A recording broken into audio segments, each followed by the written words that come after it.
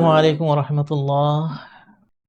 আপনাদের সামনে আজকে ৪টা এমন শব্দ উচ্চারণ করতে চাই, যেগুলো আমাদের নবী সাল্লাল্লাহু আলাইহি ওয়াসাল্লাম তার স্ত্রীকে শিখিয়ে দিয়েছিলেন।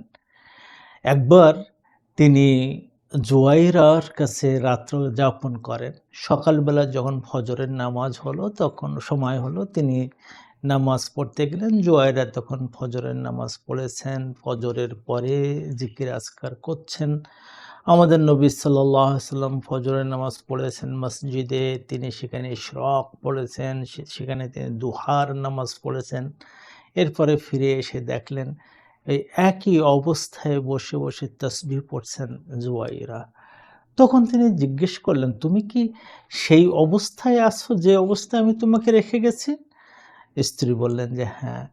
তখন তিনি বললেন, "শোনো, আমি তোমাকে ৪টা শব্দ শিখিয়ে দিচ্ছি। যদি এই ৪টা শব্দ তুমি বলো, তাহলে এই ৪টা শব্দ বলার পরে যে ওজন করা যদি হয়, তুমি এতক্ষণ পর্যন্ত যত তাসবিহ পড়েছো, তার চেয়ে অনেক বেশি ওজনদার এবং ভারী হবে। সে ৪টি শব্দ হলো এই: সুবহানাল্লাহ ওয়া বিহামদিহি, আদাদা খালকিহি, ওয়া রিদা নাফসিহি, ওয়া জিনাতা আরশিহি, ওয়া মিদাদা কালিমাতিহি।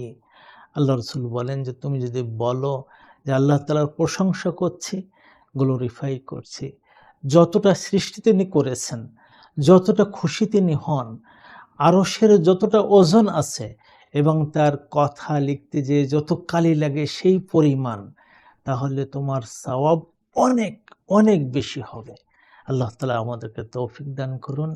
এই হাদিসটি ইমাম মুসলিম বর্ণনা করেছেন।